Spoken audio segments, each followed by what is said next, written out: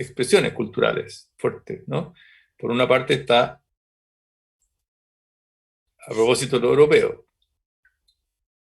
una parte que es latina, hay una parte que es anglo, y dentro de lo latino tenemos dos distinciones. Está Francia, la mitad de Canadá es francesa, ¿cierto? Montreal, Quebec, es francés. Y Hispanoamérica, que es la zona de México, o el sur de Estados Unidos también. Hoy día todo lo que es la Florida también es hispanoamericano. Y la zona inglesa.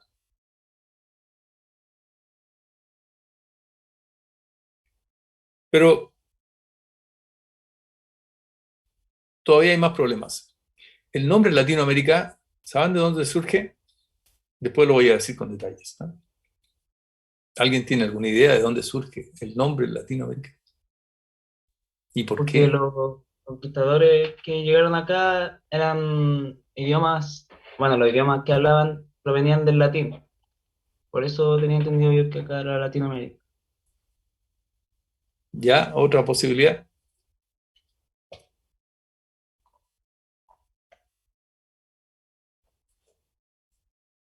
Para que no crean que Latinoamérica tiene que ver con la Revolución Cubana o con Chávez o con la nueva izquierda.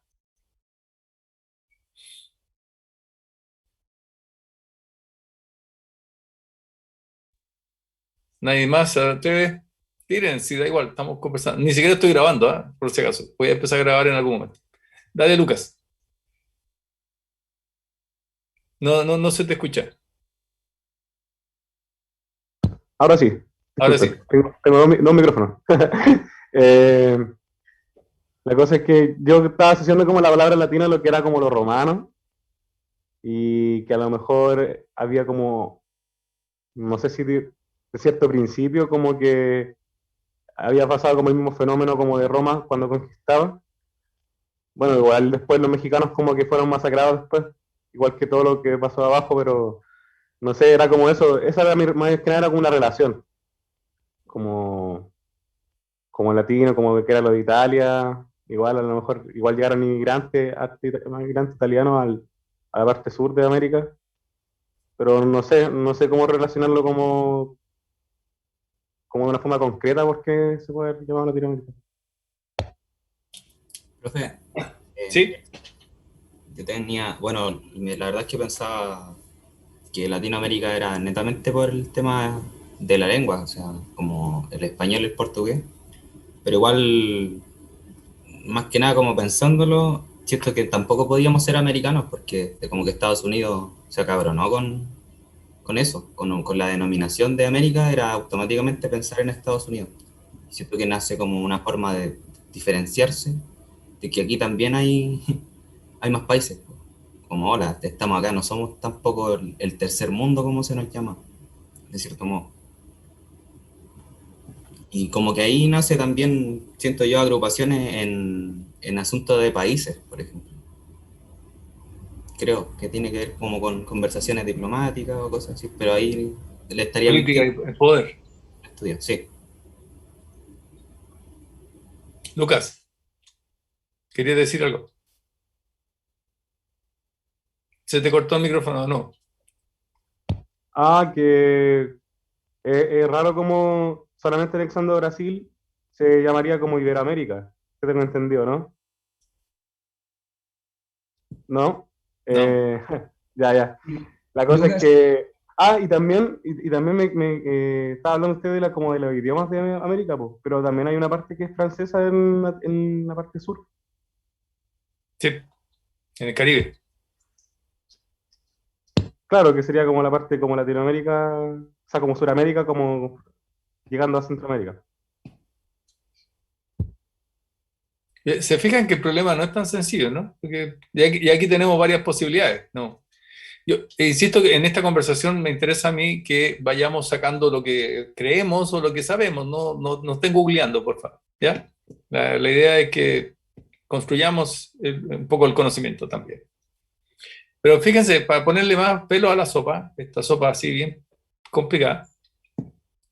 Resulta que, si es por la lengua, en América hay como 300 lenguas.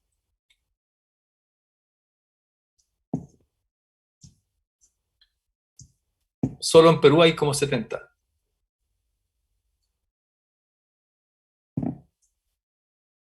México, Ecuador lo mismo. México exactamente igual. En Chile tenemos como 6. Tenemos una oficial. Pero conversábamos con Lucas cuando partimos de la zona sur. Y si uno va a sectores como Budi, por ejemplo, ahí se habla mapudungún. Y se habla mapudungún así en la calle, en el día a día. Uno va a Ercilla, esa zona, Lautaro, toda esa zona que está ahí cerca de Cañete, por ejemplo. En la calle se habla mapudungún, las familias se vinculan en mapudungún. No es una lengua ritual, es la lengua cotidiana. Si uno va al norte, por ejemplo, en la zona, uno va al mercado en Arica, y ahí se escucha quechua, aymara, se escucha en la calle. Y si uno se interna en la zona, se habla quechua. Bolivia, ¿para qué decir? Brasil, conocemos la lengua de las ciudades grandes, pero al interior no tenemos idea. México, ni les cuento, cada región con su lengua. El castellano, claro, generalizado. Pero las comunidades mantienen su lengua. Por tanto, no son latinos. Los mapuches no son latinos.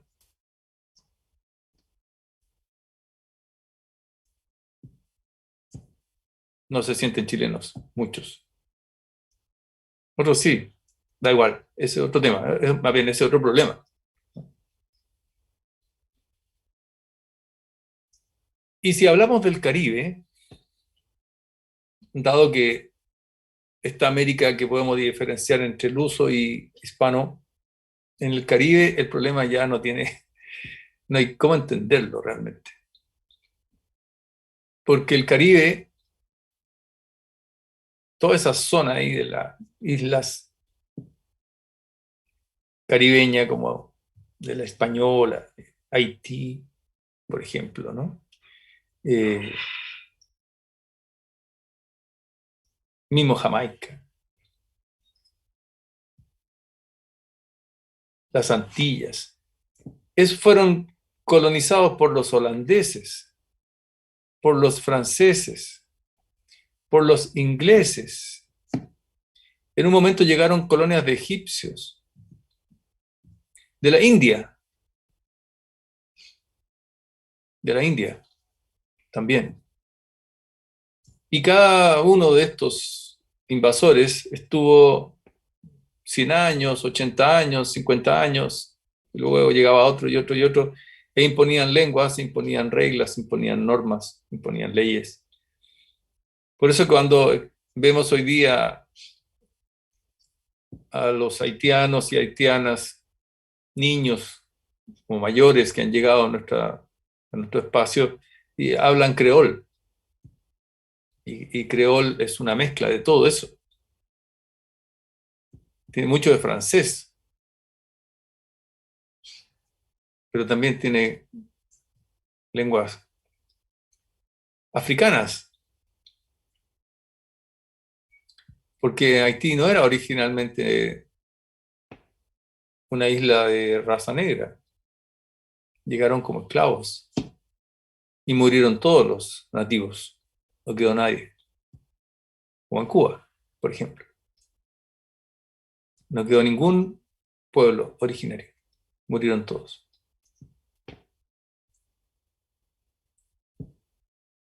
Entonces ya lo acabo de mencionar, tenemos una tercera corriente migratoria potente, ¿no? Que son los pueblos africanos. Tampoco sabemos Hablamos de África como si fuese una sola, pero África se han contado como 80 pueblos distintos que llegaron a América. Algunos mayoritariamente, ¿no? Como de Angola o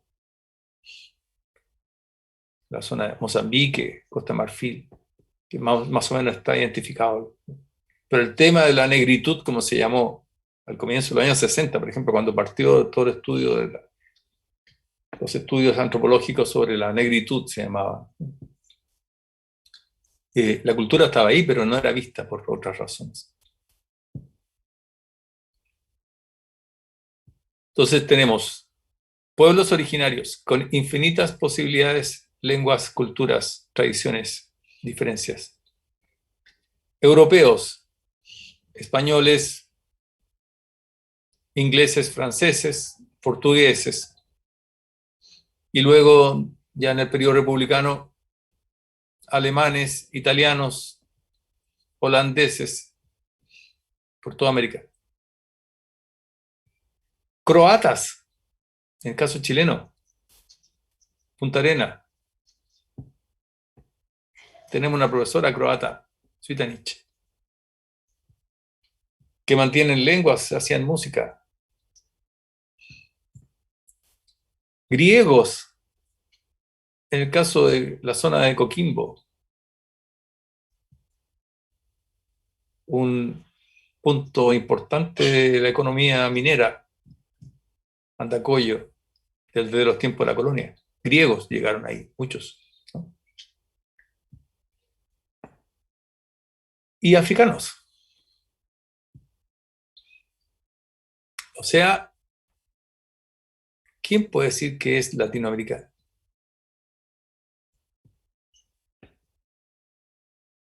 Para terminar, el problema. El nombre Latinoamérica lo puso Francia en el siglo XIX, más o menos por ahí por 1870. Porque cuando ya los ingleses financiaron la independencia de todos los países de América y los españoles habían perdido sus intentos de reconquista, los franceses dijeron, nosotros nos interesa América. Y como una forma de unificar, dijo, esto no es Hispanoamérica, esto no es Lusoamérica, esto es Latinoamérica, porque también está la lengua francesa. Entonces todos son lenguas latinas. ¿Saben quién sugirió el nombre o quién lo mencionó por primera vez? Un chileno, Francisco Bilbao. Quizás uno de los primeros filósofos o pensadores de este lado del mundo y el primero chileno, sin duda. Era amigo de la familia de Napoleón III, emperador de Francia en el año 1868, vale, más o menos, no me acuerdo. Amigo personal, amigo íntimo de la esposa de Napoleón III, que no es Napoleón Bonaparte, es un sobrino de Napoleón, que intentó invadir México y puso un emperador, Maximiliano I. Y también intentó entrar por el sur, en la zona de Uruguay. Entonces Francia invade América, ahí por el 1871 creo que fue. Y los franceses entonces les gustó la idea, que finalmente fue un poeta colombiano el que más la difundió, Caicedo. Esto de América Latina, todos somos americanos latinos, y de ahí viene el nombre Latinoamérica.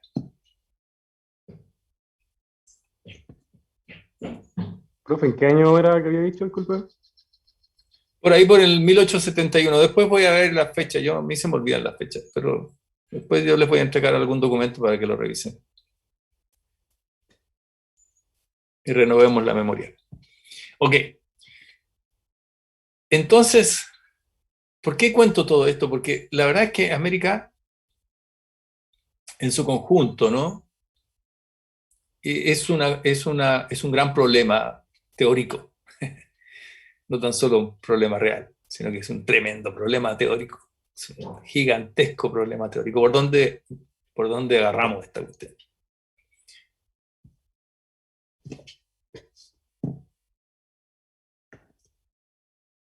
Entonces, claro, hay música de tradición europea que tenemos que conocer. Hay algunos compositores americanos que aportaron a Europa. No es que todo lo que se hace aquí es copia, todo lo contrario. Los europeos nos copiaron un montón de cosas también. Muchas. Desde Bach. Bach copió cosas americanas. Hay algunas formas musicales que surgieron aquí y luego se hicieron populares en Europa. Entonces, quiero desmontar el mito, ¿ah? Por propósito. Así que me siguen claramente lo que estoy hablando, pero quiero desmontar el mito de que nosotros copiamos a Europa.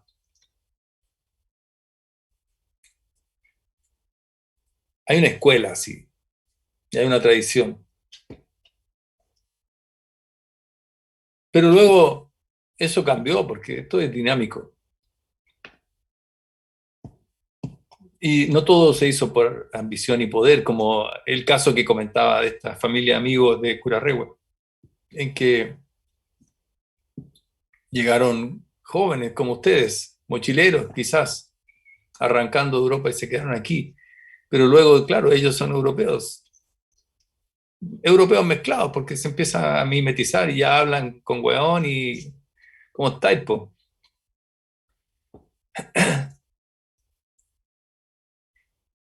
Es especial. Y así fue mucho. O sea, imagínense la cantidad de árabes que llegaron a América. O sea, Chile tiene la colonia, mira, Palestina más grande de todo el mundo. ¿Cierto, Dago? O sea, el club palestino lo siguen en Palestina. Es como la selección de Palestina, ¿o no? Efectivamente, varias veces en el estadio ponen como una especie de, no sé si decir tablón virtual o un televisor que muestra a gente de Palestina que está viendo el partido ahí Sí, mismo. claro. Muy interesante eso. Y entonces, es un fenómeno. Lo que ocurre es que siempre nosotros estamos vinculados al tema del poder o de la resistencia al poder. ¿Ya? O sea, ya estamos con el poder o en contra del poder, pero como que el tema poder no se nos va a la cabeza para entender el mundo que habitamos. Pero lo que comenta Dago, eso es así. Eso es así. Cuando Palestino estaba ahí en la Copa Libertadores, ¿cómo estaban en Palestina? De hecho, también hay como alrededor de 5 o 6 cartas que el presidente de Palestino le ha mandado al club diciéndolo, pues que cada triunfo internacional de Palestino para los palestinos que viven en el país es una alegría tremenda. Y bueno, al menos esas cartas son como súper sentimentales. Yo las leo y todavía como que se me estremece la piel. ¿Y tú cómo llegaste a Palestino? De hecho, no sé, fue como un tema sumamente de azar porque, no sé, pues, a diferencia de mucha gente, a mí no me gusta el fútbol por el equipo más campeón, sino por ver un buen espectáculo. Y alrededor como el 2014, Palestino, a mi forma de ver, era el que mejor espectáculo daba futbolísticamente hablando. Y ahí empecé a ir al estadio, conocí a la gente, conocí también gente de la barra, muy conservadora y muy extremista también. Pero no sé, eso es lo que más me gusta, porque allá en el estadio palestino nadie se mata, po. A diferencia de otros estadios, no sé. Pero tenemos la Unión Española, tenemos Audax Italiano, tenemos Wanderers, fíjense el nombre, Wanderers, Everton también. Everton, Everton. ¿Saben cómo se llamaba el equipo de Temuco antes? Se llamaba Green Cross. Claro, Green Cross que se fusionó con el... Green Cross de Temuco. Hay una cuestión, la tradición inglesa, el fútbol, qué sé yo, ¿no? Pero claro, Colo-Colo, por ejemplo, fue un gran golpe a la cátedra porque adopta el nombre de un cacique mapuche. Entonces, es como una cosa extraordinaria, ¿no? Como, por ejemplo, en Argentina, River Plate. Es, dice mucho el nombre. O los Newells.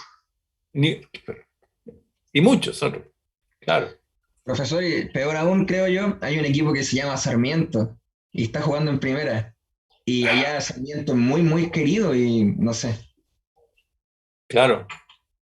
Bueno, pero, a ver, yo estoy tratando de que se configure esta cosa de qué es lo que es América Latina, a propósito del seminario de música latinoamericana. Fíjense que el nombre lo usamos, digamos, como etiqueta, pero, y probablemente muchos de ustedes quisieran conocer en profundidad aquello que ustedes creen que es la música latinoamericana.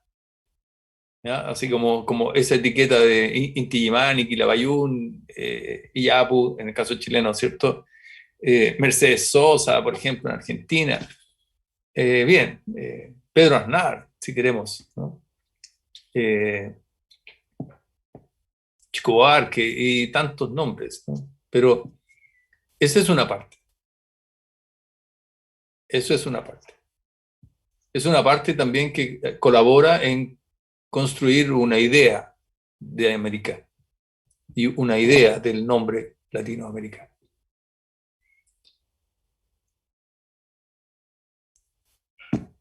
¿Qué les parece? Gustavo Tapia, no te he visto. ¿Cómo estás?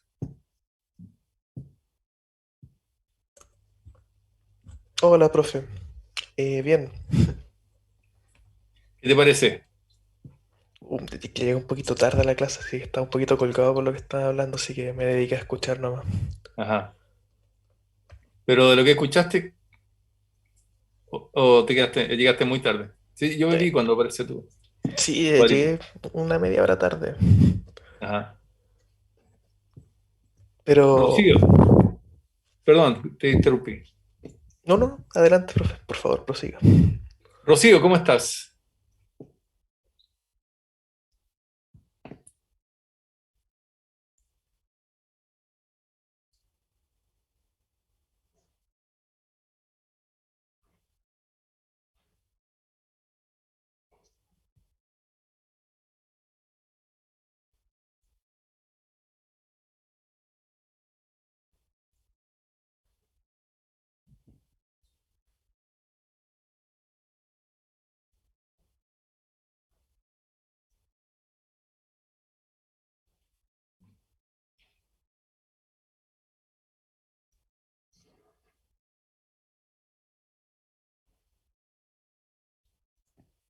Pablo O. ¿Quién eres Pablo O? Cuando tengo listado aquí. Hola, profe. Buenos días. ¿Cómo estás? Bien, me voy a poner el apellido por si acaso.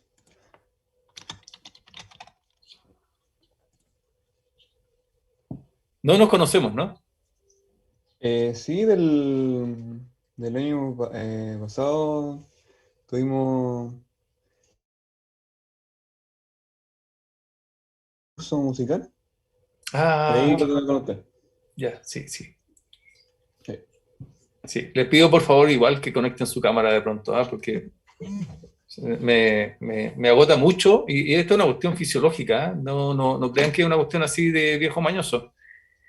Cuando uno está interactuando así personalmente,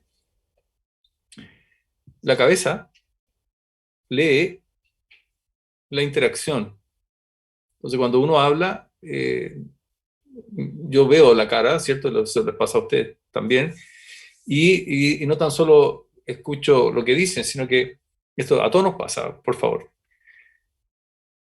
Ocurre que cuando estamos conversando, uno hace gestos, se ríe o pone cara o levanta los hombros, así como, o mueve las manos. Y todo eso colabora en que uno o el que habla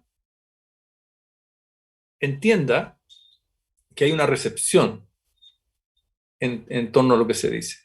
Y entonces la cabeza va leyendo todo aquello. ¿Ah? En cambio, cuando estamos todos así hablando sin la posibilidad de saber quién habla, la cabeza igual trabaja. La cabeza está trabajando, ¿ya? Y está buscando esas otras lecturas. Y al no encontrar esas otras lecturas, el esfuerzo físico que hace es gigante. Entonces, dar una clase virtual a puros cuadraditos negros, créanme que es agotador, muy cansador. Es como dar 3 clases seguidas de manera presencial. Entonces, al término del día, por ejemplo, hoy día yo entro a las 8 y salgo a las 6 de corrido. Hablándole a una pantalla de cuadritos negros es casi como inhumano. Entonces, yo se lo pido, se lo digo en serio, ¿eh? Y esto para cualquier profe, no para mí. No. Y para ustedes también, ¿ya? Entonces, yo les quiero pedir que cuando intervengamos, por lo menos, conectemos la cámara, para que podamos dialogar. Y yo leer, si están ahí, me da igual si están en pijama, se ponen una camisa arriba y para abajo están en pijama, se da lo mismo, ¿ya? Como dice alguien en Twitter, no sé qué ropa ponerme hoy día, si el pijama raya o el de cuadrito. Se entiende que estamos en estas condiciones y vamos a estar todo el año así. Entonces, es como un acto solidario realmente. ¿Ya? Bueno, si se dan cuenta, entonces lo que yo quiero es como ir configurando una idea de lo que podemos entender por América. Por cierto, vamos a conocer nombres, por cierto, vamos a conocer datos duros, qué sé yo, distintas formas de expresión. Y mi invitación es a que vayamos construyendo este espacio que habitamos, ¿no? Y de pronto también descubriendo aquellos espacios totalmente desconocidos, ¿no? Hay espacios que nos resultan absolutamente desconocidos y que han estado aquí de antes que nosotros. No tan solo porque podemos ser más jóvenes, ustedes más que yo, sino que porque hay una cultura instalada aquí que es centenaria, milenaria en algunos casos, ¿no? Que no tenemos idea, pero que habita aquí mismo adentro. Ayer, precisamente, para terminar esta introducción, estaba escribiendo un texto que a mí me ha gustado, digamos, el hecho de estar encerrado me da la posibilidad de tener más calma para escribir. Entonces escribo cosas para los cursos, ¿ya? No sé si algunos de ustedes ya han leído algunas cosas que he escrito, pero a propósito del hecho que no sabemos nada de la cultura musical mapuche. O no sé si la palabra música cabe, ¿ya? También lo vamos a discutir teóricamente. Y de los otros pueblos de América, o esto que llamamos América, no tenemos idea, ¿ya? Entonces, varias cosas. Les dejé en la carpeta de materiales, lo pueden ver después, el programa del curso. Hay un programa, ¿ya? Lo pueden revisar. Pero para continuar, me gustaría mostrarles el inicio de una película que se las voy a mandar para que la vean. Es una invitación a una película maravillosa, que fue un regalo que me hicieron y que la vamos a ver, ¿ya?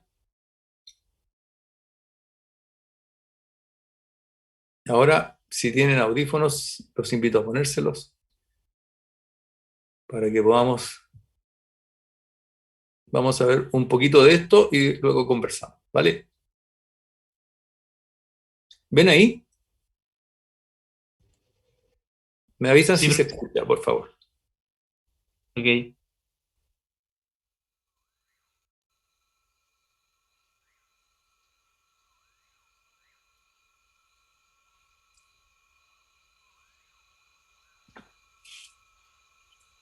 No se escucha.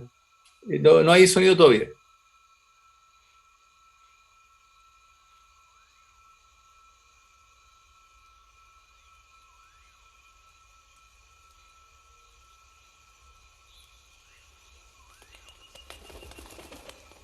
Ahí hay sonido.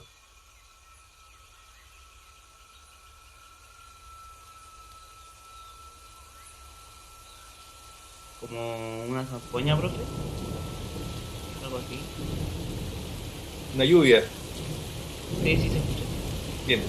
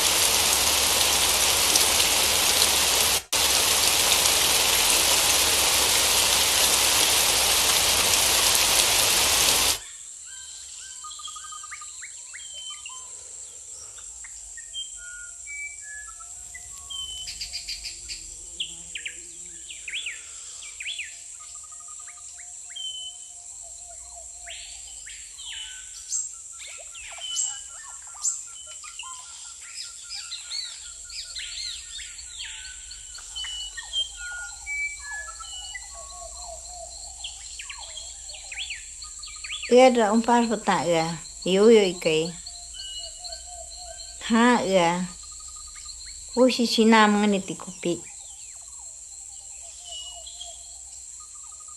ha nuam muni haun sama itina koshi no yoda koshi ati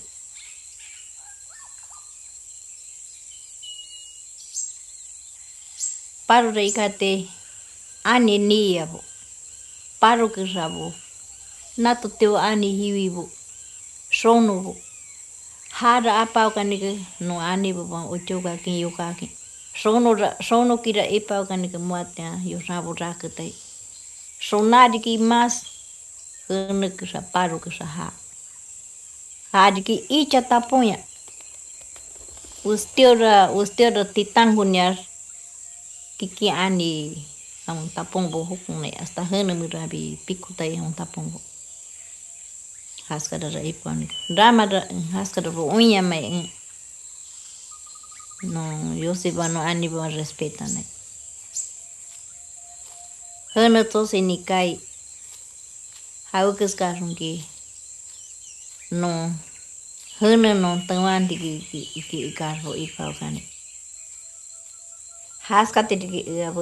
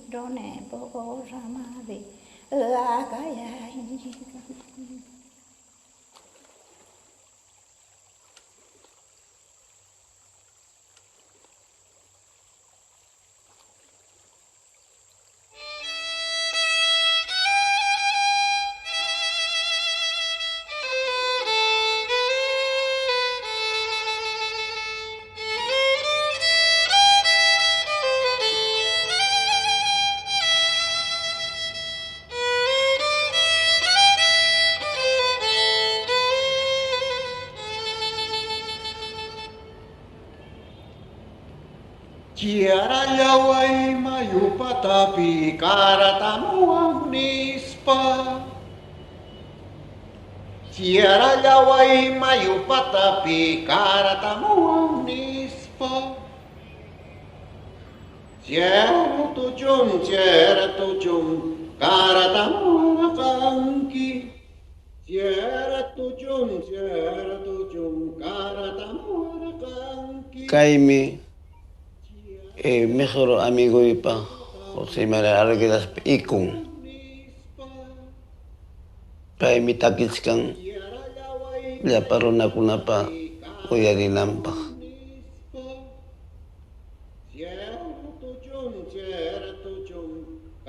paykara escritor runasimita yachaspam munara takiyninchikta chaytam ñuqa yuyachkani mana qunqanichu. Payqa kawsakusqami manam wañunchu. Sillapa imapas ruwasan escribis hasta kunanqa radiollapas uyarisqani ikunta. Kawsakusqami.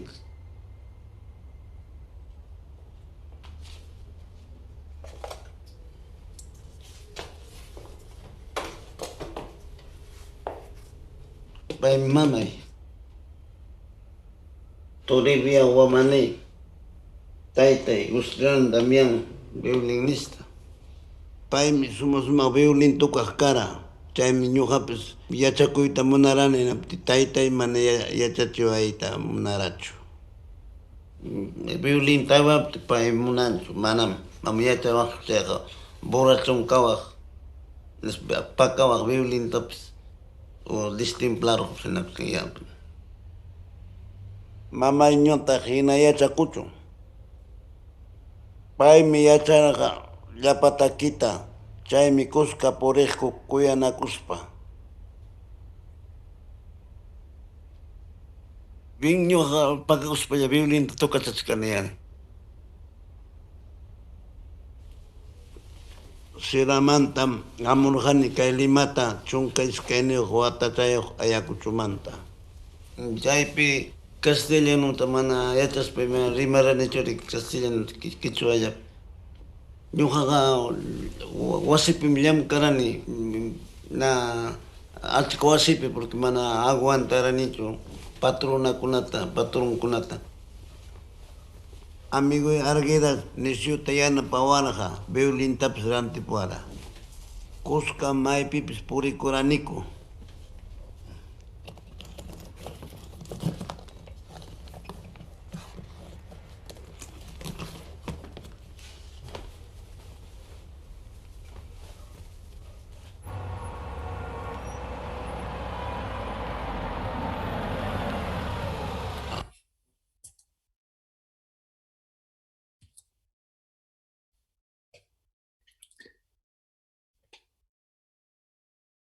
Les voy a dejar el link para que lo puedan ver. Después lo voy a poner en la carpeta de materiales, pero por ahora les dejo la invitación ahí.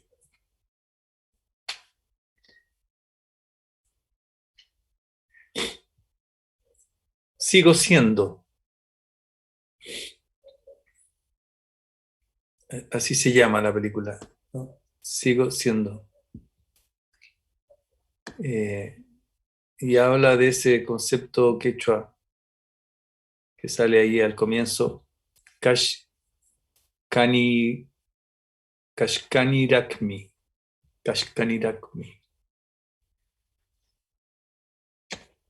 no sé nada de quechua, pero entendí la palabra taita. Mi taita, dijo. En el campo chileno también se habla del taita. Mi papá, ¿no? Mi taita. ¿Les gustó?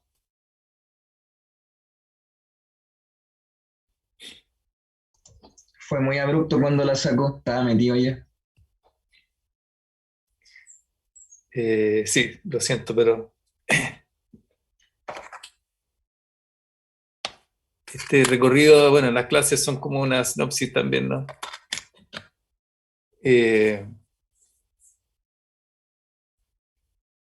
Tenemos que descubrir América. Mi invitación es a descubrir América, ¿ya? Y aquí yo me sumo en este proceso de descubrir. Esta película que es maravillosa, por favor, véanla entera, ¿ya? La conocí el año pasado recién, a propósito que con una persona, una mujer peruana que conocí, le contaba de estas andanzas por tratar de descubrir América. Evidentemente que uno no descubre América sentado en un escritorio ni a través de un libro. Hay que salir a conocerlo.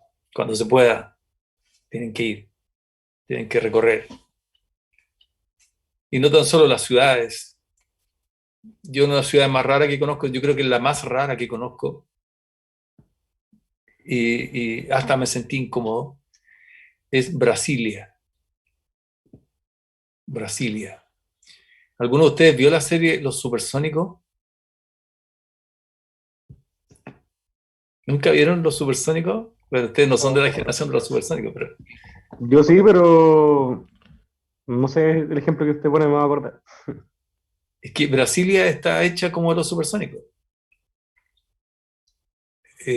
Brasilia... Hasta en el tráfico. No, es que es muy, muy loco, porque Brasilia hoy día es la capital de Brasil, pero no era la capital de Brasil, sino que se construyó en medio de la selva para poder colonizar esas tierras, ¿no? Y extender el territorio. Entonces, lo que se hizo ahí, se contrató un arquitecto, Niemeyer, creo, y este tipo, así de la onda fascista, futurista, ¿ya? En esa lógica del fascismo futurista, creó una ciudad así futurista. Entonces, por ejemplo, cruza todo Brasilia una calle gigantesca, porque en Brasil todo es grande, pero esa es una calle gigantesca, ¿sí? No sé, debe tener, sin exagerar, unos 400 metros de ancho. Y por el medio de esa calle hay un bandejón así de pasto. Yo creo que más, deben ser unos 500 metros de ancho, no sé. Pero desde de comienzo a fin de la ciudad. Y en un extremo, donde se inicia la avenida esta, está el Palacio de Gobierno, y por los lados, así, a lo largo de varios kilómetros, están unos cuadrados, unos cubículos cuadrados, y están los ministerios. Entonces, cada, no sé, 2 kilómetros hay un edificio, o 3, o más o menos, ¿no? Quizás menos, no recuerdo exactamente, pero hay un cuadrado, así, un edificio grande que es como un cuadrado, así tipo Bauhaus, no sé si conocen la corriente arquitectónica alemana de comienzo del siglo XX, que todo es Bauhaus hoy día, ¿no? Así puros cuadrados, y cada uno de esos es un ministerio. Y al medio de eso hay una cúpula gigantesca, ¿sí? Como un domo muy, muy grande, y ese es el Museo de Arte Contemporáneo. Y un poco más allá, en una construcción así también estrambótica, lo pueden ver ahí en Google, lo pueden googlear, la catedral. Y uno entra a la catedral y es un gran círculo, así como una especie de domo, bajo tierra, ¿ya? Pero no subterránea, sino que como que la mitad está bajo tierra y la otra mitad está arriba. Entonces uno entra ahí y es... O sea, no andan naves o drones volando porque no existían en ese tiempo, pero ya luego van a estar ahí dando, ¿no? Entonces no hay barrios. No hay barrios. Y como es el centro del poder de Brasil, es la ciudad más segura de Brasil. Pero la mayoría de la gente trabaja ahí, pero no vive ahí, sino que viven en Sao Paulo, que es la ciudad más cerca. Entre Sao Paulo y Brasilia hay como 50 minutos por avión. Y los viernes, todos los políticos y funcionarios que trabajan se van a Sao Paulo y entonces la ciudad queda vacía, totalmente vacía. Y la policía relaja los controles y entonces empiezan a emerger, así como por debajo de la tierra, mendigos, pobres, como que bajan de los árboles, así, y empiezan a aparecer. Y en las calles se transforman en una especie de territorio de nadie. Peligroso.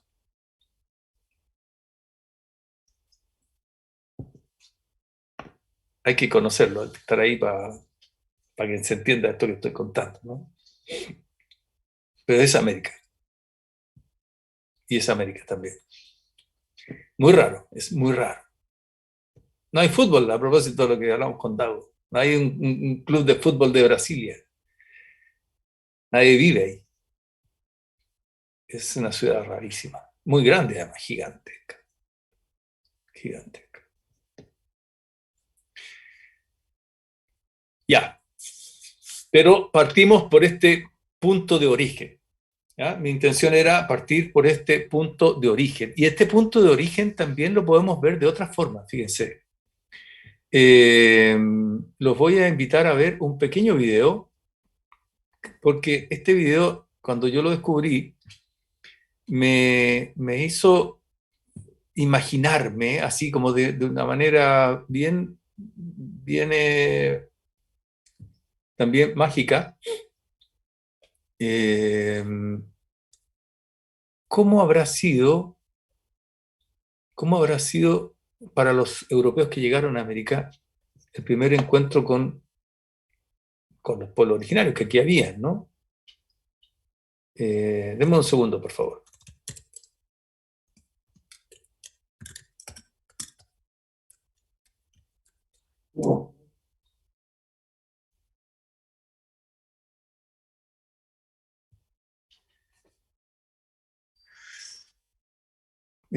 No es exactamente este el video que voy a compartir, pero igual me sirve. ¿Lo ven ahí? Sí. Ok.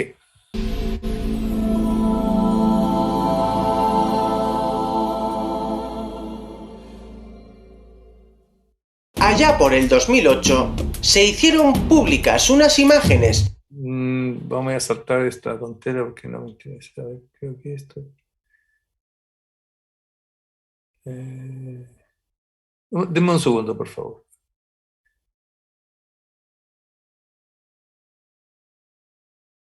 El antropólogo brasileño José Carlos Meirelles ha pasado los últimos 20 años de su vida investigando y protegiendo a tribus desconocidas y esquivas del Amazonas, el cual, gracias a sus fotografías, ahora sabemos de su existencia, cosa que está muy... No, perdonen, pero lo voy a cambiar. Un segundo.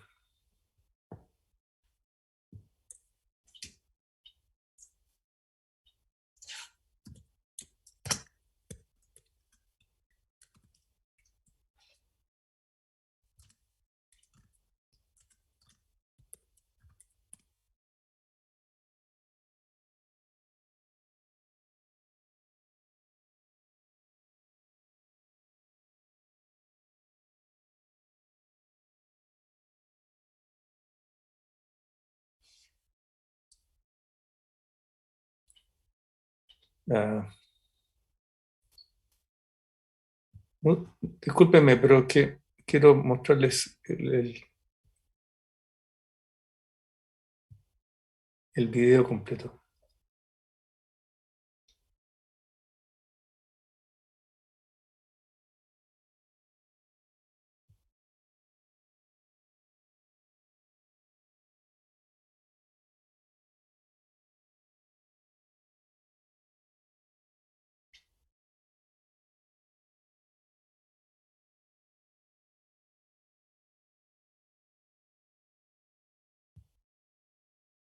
Ahora sí.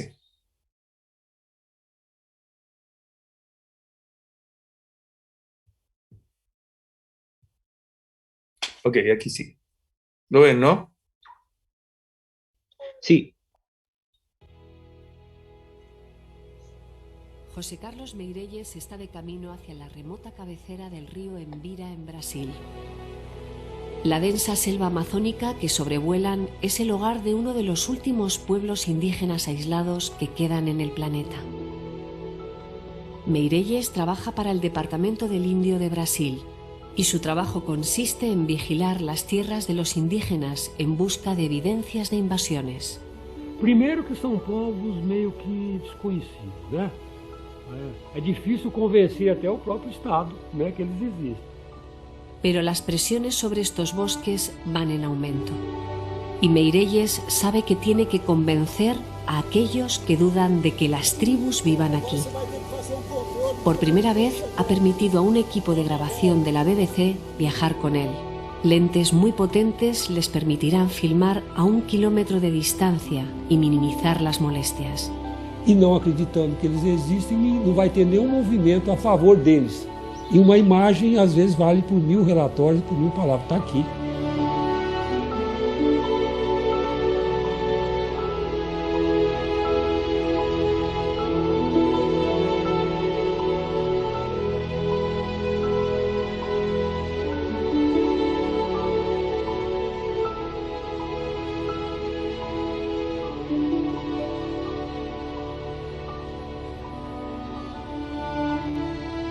Sus huertos están llenos de mandioca, su comida principal. También cultivan plátanos y papaya. Y hay cientos de árboles de anato. Machacando las semillas de este árbol elaboran pintura roja brillante para el cuerpo.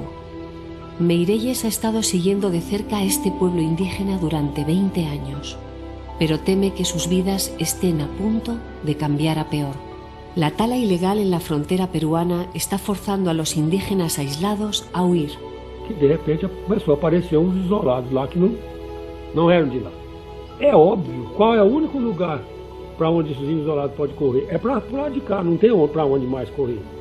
Pero en lugar de expulsar a los madereros, el gobierno de Perú ha insinuado que los indígenas aislados no existen en absoluto.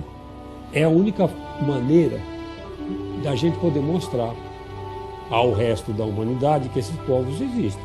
É melhor isso do que ele entrar em contato com um bando de garimpeiro ou com um madeireiro, que vão matá-los na primeira vez que virem, não vão fotografar, vão atirar neles e matar. Y no es tan solo la violencia lo que pone en peligro a los indígenas aislados. Virus como un resfriado común pueden matarlos e incluso aniquilar tribus enteras. A minha utopia seria que esses povos tivessem, primeiro, a opção de escolha, né? Nós vamos continuar ou nós vamos entrar em contato. É a terra, você conseguir o espaço e manter esse espaço livre de interferência, de qualquer interferência, que é a única forma dos índios isolados sobreviverem. Não tem outra forma.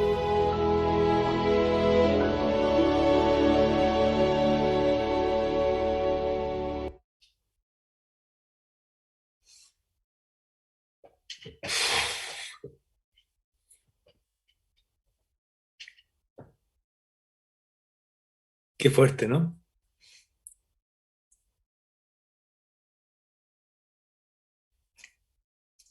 Demasiado para la mañana a lo mejor.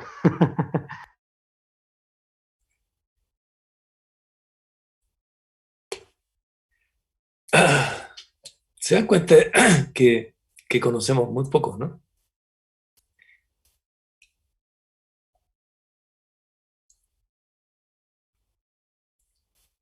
¿Qué les pareció? Muy reflexivo.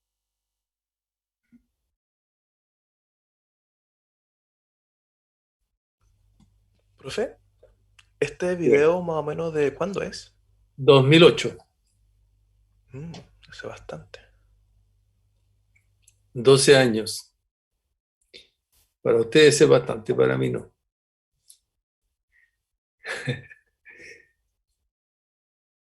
Y fíjense que cuando yo lo vi por primera vez, que yo esto lo vi por primera vez en un concierto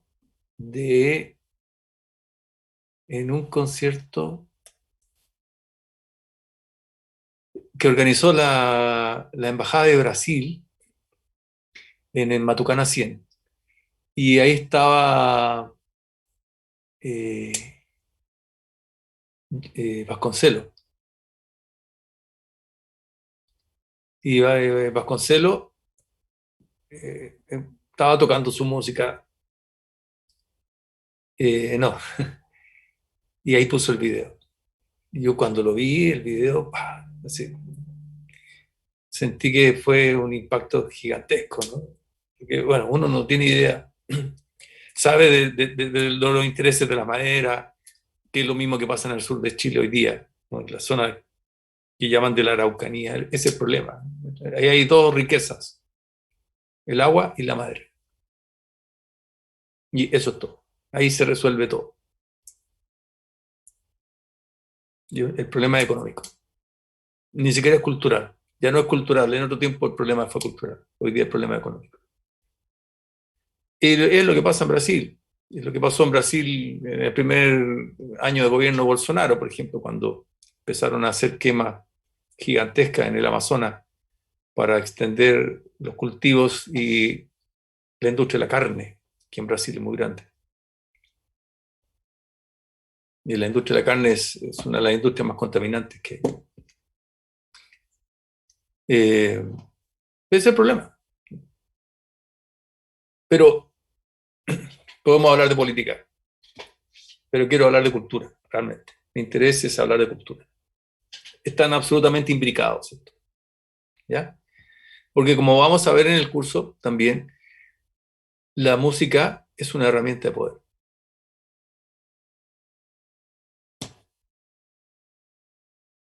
Y siempre lo ha sido.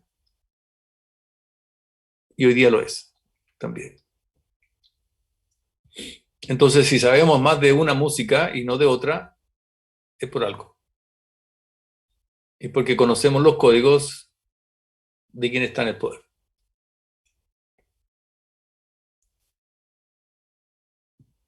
Les dejo esa reflexión. ¿Ya? Lo podemos conversar después con más detalle.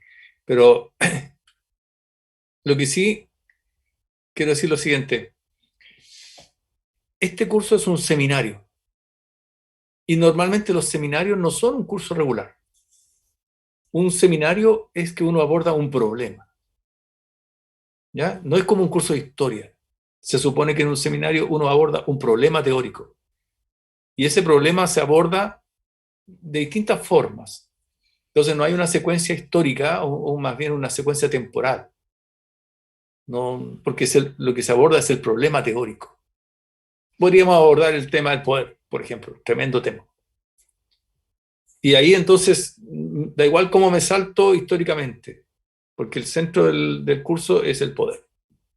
No es lo que voy a hacer, solamente lo estoy comentando. Podríamos hablar, no sé, otro tema, estilos musicales, qué sé yo. Lo que sí a mí me interesa por sobremanera dejar en claro que la música siempre expresa el mundo que habita. Siempre. Siempre ha sido así. Y lo sigue siendo. La música no es una técnica. No es un lenguaje técnico. El problema es que en el proceso de enseñanza de la música lo hemos descafeinado, como se dice. Le quitamos toda su carga política, toda su carga ideológica, y la enseñamos como técnica. Y lo que es peor, lo enseñamos como un entretenimiento. Pero eso es una herramienta de poder. Si hoy día lo enseñamos como un entretenimiento, es porque hay intereses de poder detrás. Y nosotros no nos damos cuenta.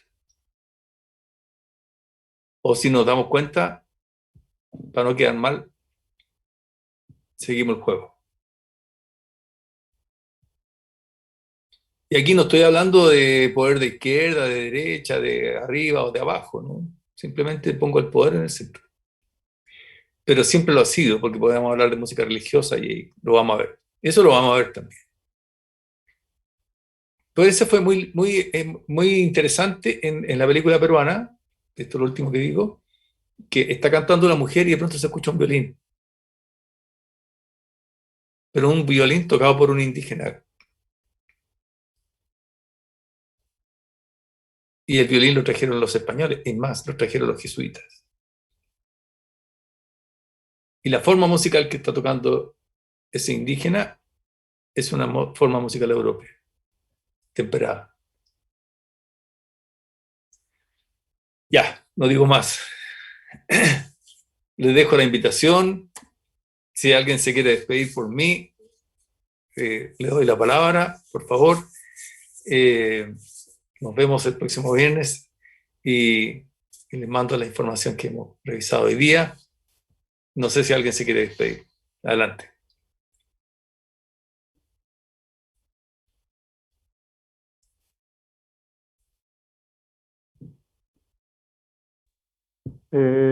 Bueno, no sé, me pareció súper interesante todo lo que hablamos hoy día, como que quiero hacer como una bitácora. Y me quedé como igual súper, como una postura como más reflexiva acerca de las cosas que usted expuso hoy día. Y nada, pues quedé como súper entusiasmado para el otro viernes. O sea, que quiero que pase la semana rápido para que nos podamos volver a ver de nuevo y hablar de estos mismos temas y darle la continuidad que corresponde. Eso, Les hago otra invitación. Si no pasa nada, no pasa nada. Yo el año pasado también daba el curso de seminario a las 8. Sí, yo también tengo clase en 15 minutos más. Y no entraba nadie. Porque ahora todavía hay sol. Después, en invierno, la cosa se pone más difícil. Entonces, en algún momento, yo tomé la decisión y se los propuse de cambiar el horario de clase. Siempre y cuando todos puedan y todos estén de acuerdo en un horario. Y entonces, había cursos que yo daba a las 6 de la tarde. A mí me daba igual, porque estoy en casa, no me puedo mover. Si en algún momento se pone pesado esto de a las 8 de la mañana, pues considérenlo, ¿ya? Pero se ponen de acuerdo ustedes, eso sí. Yo le informo después al director y cambiamos el horario, todos pueden, y nos pusimos, no sé, a las 6 de la tarde otro día o a las 5, no sé. Convérsenlo ustedes, pero por ahora nos vemos el próximo viernes, ¿vale? La próxima semana, eso sí, Vale. empezamos a grabar, ¿ya? Porque vamos a ser un poquito más ordenados. Yo hoy día simplemente quería presentar el curso. ¿Ok? Vale, profe.